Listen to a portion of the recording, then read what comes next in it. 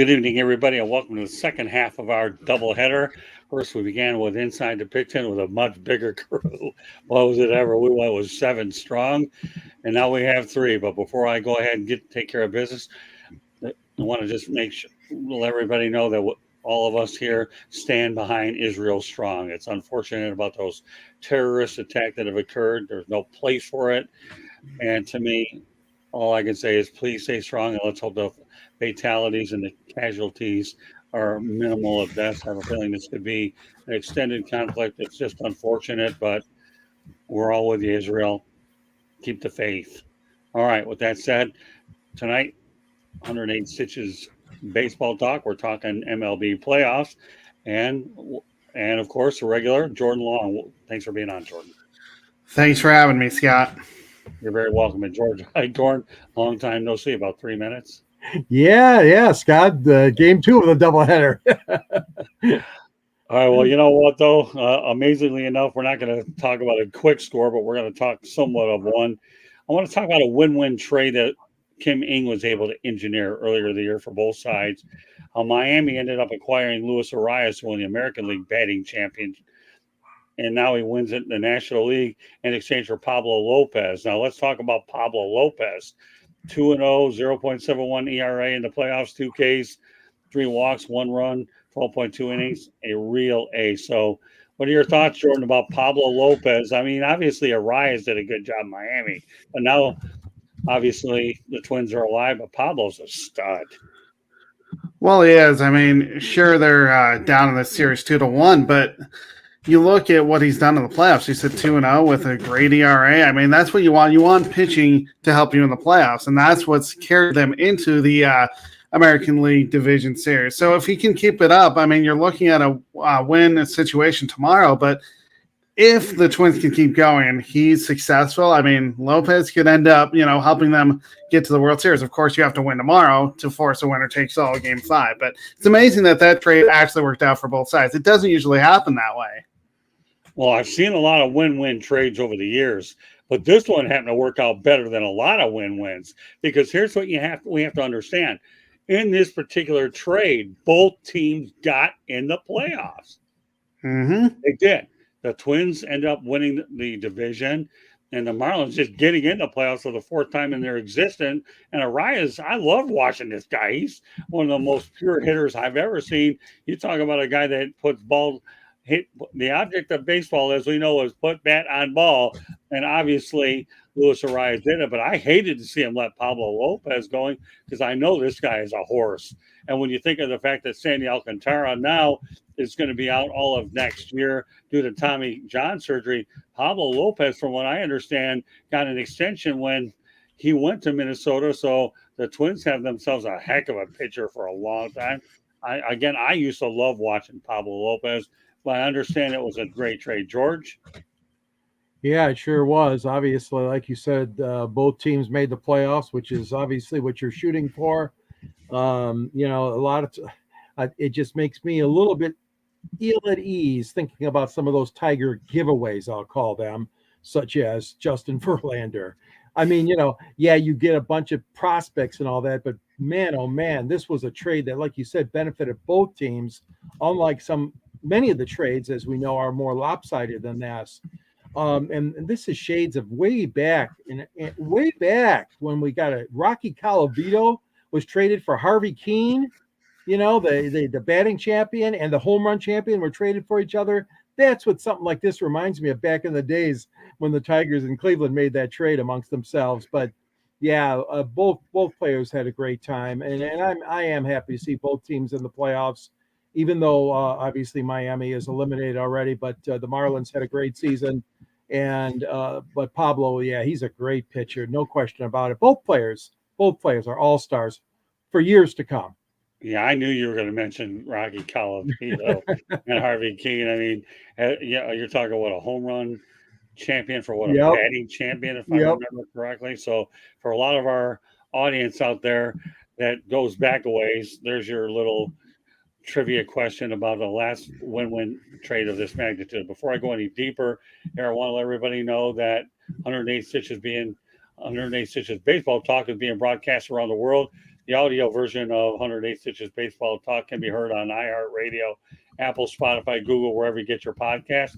Please hit the red subscribe button on YouTube, South Florida Tribune. We're striving for 1,000 subscribers. Please also comment, like, and share the broadcast. Want to be a guest? No problem. All you have to do is just participate in the chat room or send your topic ideas to southfloridatribune@gmail.com. If you want to advertise cost efficiently, call me at 954-304-4941. We broadcast live on Facebook, LinkedIn, Twitter, and YouTube. Website www.southfloridatribune.com. Twitter /X at Tribune South, and the Tribune and our website will also be the site will become a publishing site now because of my book that I'm about to mention right now. Candy Ebling is behind the scenes, and that book I'm alluding to is a media book called Lessons from the Microphone, Tuning into the Enduring Wisdom of Visionary Leaders. And that book will be self-published by the South Florida Tribune. With that said, okay, according to CBS, and I was amazed when I saw this one, every team to beat the Brewers in the postseason has advanced to the World Series. Now, we're going to go back a ways with this one. Here's a good look. I don't know if you saw this one or not, Jordan, but I'm going to tell it to you. The 1981 Yankees, the 1982 St. Louis Cardinals, the 2008 Philadelphia Phillies, the 2011 Cardinals, 2018 Dodgers, 2019 Nationals, 2020 Dodgers, 2021 Braves, and now what will happen with the Arizona Diamondbacks? Pretty interesting stat, huh, Jordan? It really is. I mean, the Brewers, they've had their, playoff falters in, the playoffs, and everyone forgets that they were, they played the Yankees in 81 or in the 80s. But if you look at it, I mean, Arizona, they're a great team. They're playing in one of the toughest divisions, the National League West Division with the Dodgers. So the fact of the matter is they beat the Brewers. Look at what they're doing against the Dodgers. It just seems like whoever plays the Brewers is ready and primed to say, okay, we're going to make a long playoff run. Most of the cases that doesn't happen. It's just that is a very interesting stat, and I didn't realize that anytime that a team had beaten the Brewers, they went to the World Series. Maybe it will happen with Arizona because they're well on their way up 2-0. I'm about ready to get to that in a little bit, but yeah. Well, listen, one thing about baseball, we're always full of numbers, and when you come up with something like this, you have no choice but to put it out there and make people think, right, Jordan? And the purpose of these shows to get people thinking. I've always had that philosophy: educate, entertain, and inform. And when you come up with these kind of nuggets like that, obviously, you being a nugget guy from the Denver Nugget, pun intended. Okay, just kidding. Maybe not. Take it for whatever it's worth. But yeah, I mean, it does certainly make you wonder. What do you think, George? It's pretty interesting number. Oh gosh, yes, it sure is. I never realized that. I mean, it's an incredible statistic, really. And I mean, we'll talk about it in a little bit about Arizona, but my God, it could happen again this year too. So it's really interesting, and it goes to show you that even though Milwaukee is now themselves getting into many World Series, and hardly any at all, but they're still playing tough baseball. They're still playing the toughest teams, even though they're coming up short. They're still they can be proud about what they've done in that city for a long time now. They've really turned baseball around, and I know that again, it's a great baseball town. It's close to Chicago as far as the fans being able to go and seeing their team on the road or vice versa. I like Milwaukee. It's got a nice stadium, and I really think that their history is a good one. I was really disappointed they got knocked out this year. I thought they might have a little bit of leg room in that first round, but all the more power to them. And this is quite a different stat that I've ever heard of before. That's why we're talking about it. Yep.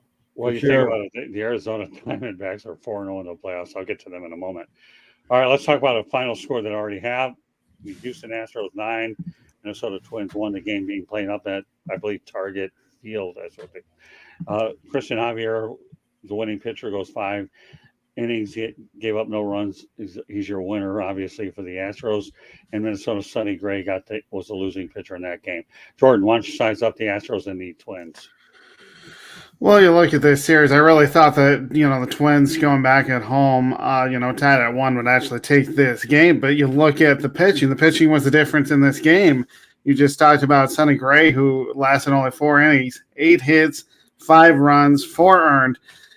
That's not going to get the job done. The fact of the matter is the Houston Astros are just a beast with Jose Altuve, Alex Bergman, Diaz. I mean, I could go on and on, but the thing is the Astros. You have to realize that if they win tomorrow, the series is over. But for Minnesota, you have to think that tomorrow's another day. You're only down one game. You win tomorrow, series is tied, and who knows what happens in a fifth game. Good point, George. Yeah, I thought this would be a little bit closer. I agree that the Twins obviously were hoping for the best going into today's game, obviously, but I mean that's a shellacking. That is a real bad performance, especially coming home. But then again, I mean, they weren't that far apart in wins and losses. Okay, I think the Astros were like 3 games better or something than the Twins. It was pretty close. But the fact of the matter is don't forget Houston has all that experience. The World Series and all those veterans that they got there. Justin Verlander had a hell of a game, the first game he pitched in this series. And I really think that Houston is obviously on a bit of a roll. But that being said, Minnesota has nothing to be ashamed of. They got out of the first round and they already won one in this round. But you're right. I mean, they could come back and tie it. And then you got the winner. You got the best of 5. You got the last game, the 5th game to decide everything. So that's what the Minnesota fans going to sleep tonight can dream about, is coming up with a victory in the next matchup.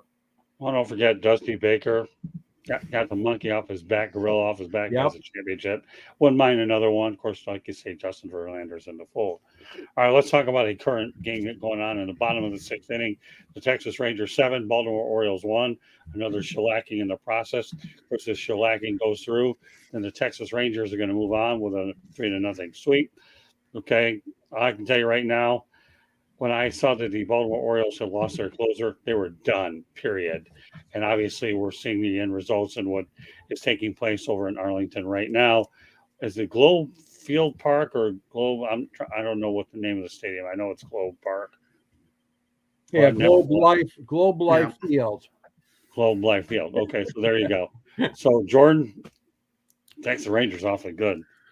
They are, and honestly, before the series started, I thought that the Rangers would have the upper hand on the Orioles. I mean, the Orioles are good, don't get me wrong. They exceeded expectations this year by actually winning the division and getting, being one of the better teams in all of baseball. But the thing is the Texas Rangers, they have one of the best managers in Bruce Bochy. I'm not really surprised that the Rangers are doing what they're doing because, Bruce Bochy knows how to manage. As for the Orioles, you're definitely right, Scott, that the closer went out, the series was pretty much over. The fact of the matter is the Rangers have been here before, not with Bruce Bochy, but it's been a while since they've been to the American League Championship Series. Now, if they can keep the momentum going, they can go to the World Series, and who knows what will happen after that. But you still have one of the better managers in baseball in Bruce Bochy, and he's going to have those guys ready to go for the American League Championship Series. No question about it, Jordan. Let me add to that point, too, okay? Rangers get through the series, there's a chance that Max Scherzer could end up on that roster. So if you add Max Scherzer, and they nearly put him on the roster this time, gave him a little more time, but now all of a sudden, Bruce Bochy, we all know how good he is. You already just mentioned it yourself, right? But if Max Scherzer is on this roster as you go deeper into the playoffs, if you think the Rangers are dangerous now, it could get a whole lot more interesting. For sure. All right, I'll turn over to George. Well, it's not just missing the closer. I mean, come on, where are the bats? I mean, Baltimore's not scoring the runs that they should be scoring. 101 victories, and they sure don't look like a 101 victory team to me. But we were on this show last week, and remember we talked about this, that Baltimore did not have the experience. We all agreed that Texas had the experience, even though Baltimore did have a better win-loss total. But the thing that really surprises me is that division. Now, they both were in tough races. Both divisions were very close, very tough. But if you come out of that East division, you should have a lot of momentum going for you. And Baltimore, with 101 victories, I thought would do a better job, only because they had a tougher opponent. They had, tough teams. They had to get by Toronto, get Tampa in that division. And of course, the Yankees and Red Sox didn't even make it. But it's always recognized as the best division in baseball. That's the only thing that I thought would be helpful as far as the experience and the competitiveness of the Orioles. But again, a great year.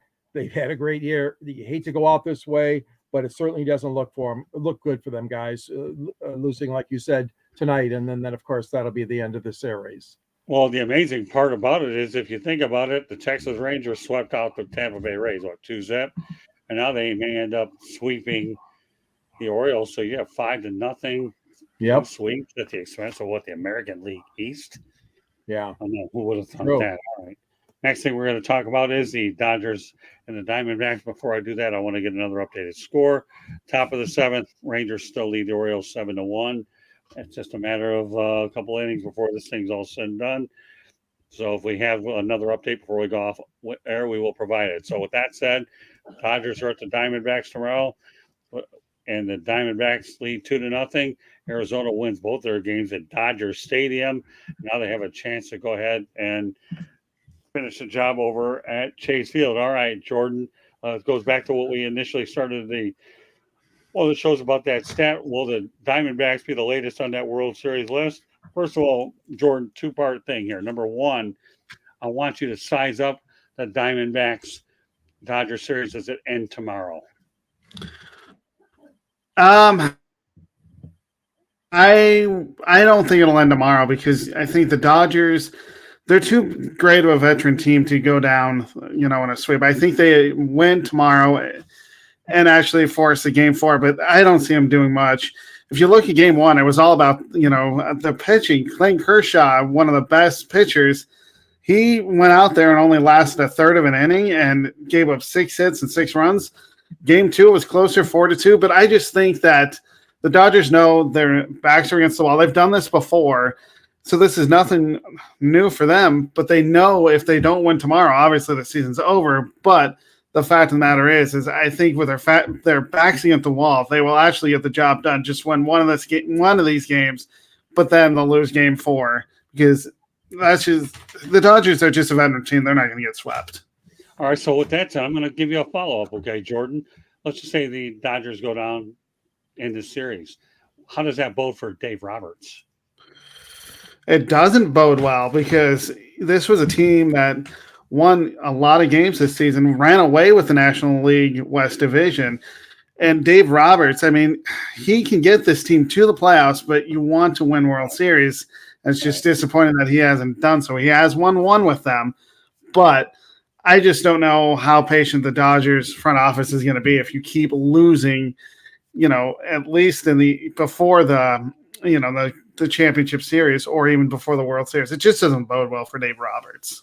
Yeah, but the only thing as we do the show, even after the season's over with, is, all right, Dave Roberts, just say hypothetically survives this year and they get Shohei Ohtani. Oh my goodness. You imagine what's going to happen there. Well, then he actually has a great player that he can DH for, because he's not going to pitch, but that's just going to help the Dodgers even more. Right. And if you think his seat is hot this year, with Shohei Ohtani, then in my opinion, that seat's going to be 755 degrees, Georgia. Mm-hmm. We know what that analogy is. All right, George, you heard what I asked Jordan. Does it end tomorrow in Phoenix? No, I think LA will come up with one win. Though they got to win tomorrow to bring up a game 4. I got to hand it to our buddy Mancini. He's always telling us how the Dodgers are overrated. They're overrated. They're a bunch of losers. Well, and they're not losers, but they are certainly on the cusp of losing this. And it would be another El Foldo job by the Dodgers. Let's face it, guys. They keep winning these season series. They keep winning in the regular season. 100 wins and 62 losses, and they're losing to a team that was 84-78. Again, it just goes to show you can't take any team for granted. It happened to my Detroit Tigers. They got beat by Boche. I saw that. I witnessed that. And San Francisco came in like a steamroller and won that World Series. But I'm telling you, I certainly agree. We've got some good managers out there, but I'm not sure about Roberts staying around. I really don't think he will. If they get eliminated, I have a feeling they're going to make some changes. And yes, that would be a great addition if they got Ohtani. But there's still there's still, again, the prospect is, how do you get to win in the playoffs if you're the Dodgers? You've done it once, and that was with an asterisk because that was a COVID year. So we know that is almost, the one that they did win. All that being said, I mean, they're still a great team. I mean, they got great pieces, but yeah, I was shocked too about Kershaw. I mean, that was unbelievable, getting knocked out so early in the game in the first inning. Oh my God.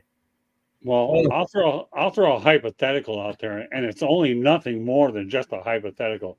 Well, let's just say that Roberts does get the boot. You know, the one name that will probably surface probably more than any. You guys want to take a guess? Mattingly? No. No. Well, he was there. I was almost going to say Girardi, but I'm not even sure that's a correct answer. Okay. Not the one. How about Mike Scioscia? Oh, yeah. I can see that. Scioscia. Spent a lot of time right across the highway. That's why I brought him up. Yeah. Mike Scioscia's name. Plus, he did win the World Championship with the Angels, the only one that they won. Give him a lot of capital with some good management. You never know. Mike could be wearing Dodger, but just throwing it out there. But, Yep. Good. Yeah, good I don't know. I have a really weird feeling that the Diamondbacks are going to wipe out the Dodgers 3-0. I don't know why. Now, I want to make one other point, too, being in the Miami area like I am.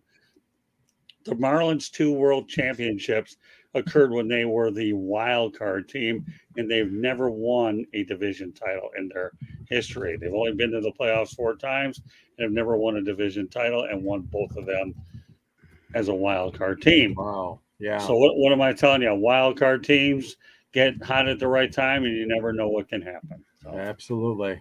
so we'll monitor this Mike Scioscia situation if there is anything to monitor. But that would be the one person out there. Our buddy Rick Curdy certainly would love to see Mike Scioscia there because he's a lifelong Dodger. And you're right, George. Mark Mancini's the biggest Dodger hater. And the more they lose, the more we got to watch this guy go ballistic. Can you admit to Mark Mancini? I have to tell you that he's right. Oh my gosh! Really? But you know what? Mark's a good guy. He's a great colleague. He's a lot of fun to work with. But he's going to get louder if the Dodgers lose. Oh yeah, he's in Live That's one of them. So for sure. So, all right, Jordan, any closing thoughts that you want to mention before we call it a night? Well, I know there's been a lot of talk about Craig Counsell maybe leaving Milwaukee, but the reason why I think he should stay is you look at how many years he's managed the Brewers, 9 years, and they've made the playoffs 5 times, and his record is 707 and 625. The only job that he would take is the Mets. I think he stays in Milwaukee, though, even though that he has connections to the Mets organization. Well, so let me ask you another hypothetical. Okay, could you imagine if Joe Madden ever got the Mets job? That would be I honestly think that makes a lot of sense, just because Madden's been in LA. I mean, he didn't do that well. He's also been in Chicago. Won a World Series. He's also been in Tampa, and he gave them a World Series, at least went to the World Series. I could see Joe Madden in New York. He knows how to change the course of an organization. If you can break that curse in Chicago with the Cubs, you should get a phone call at least. George, any closing thoughts? Well, here in Detroit, of course, Scott Harris and A.J. Hinch had their closing press conferences. They met with the beat writers, and I was encouraged because, the people that want to just go out and spend money, we've seen that not work, right, guys? We've seen that not work this season, especially the New York Mets and the San Diego Padres.